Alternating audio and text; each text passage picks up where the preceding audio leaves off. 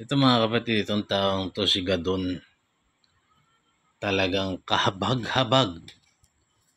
Kung totoong sinabi niya na iboboto niya si Bam at si Kiko, Diyos ko, galit na galit ka nung ipapahukay daw ni Kiko sa libingan ng mga bayani si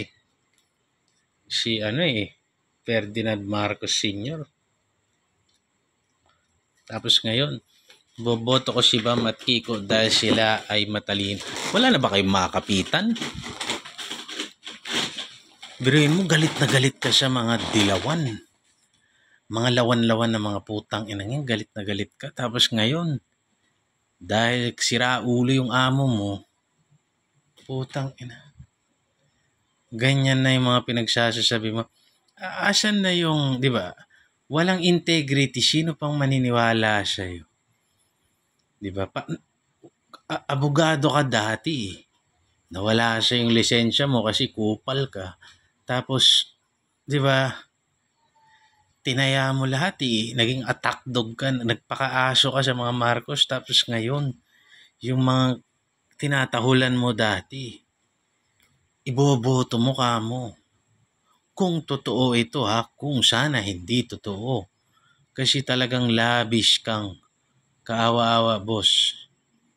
Wala ka ng dignidad, wala kang, Diyos ko, parang wala ka ng, sino pang maniniwala sa'yo? Sino pang maniniwala sa'yo sa ginagawa mo?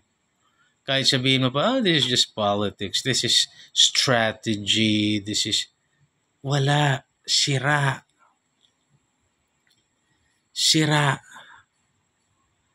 Wasak, boss. Sana bawiin mo to o sana hindi mo sinabi. Kasi kung talagang sinabi mo, kahiyaya ka, boss. Nuknukan ng talagang lowest.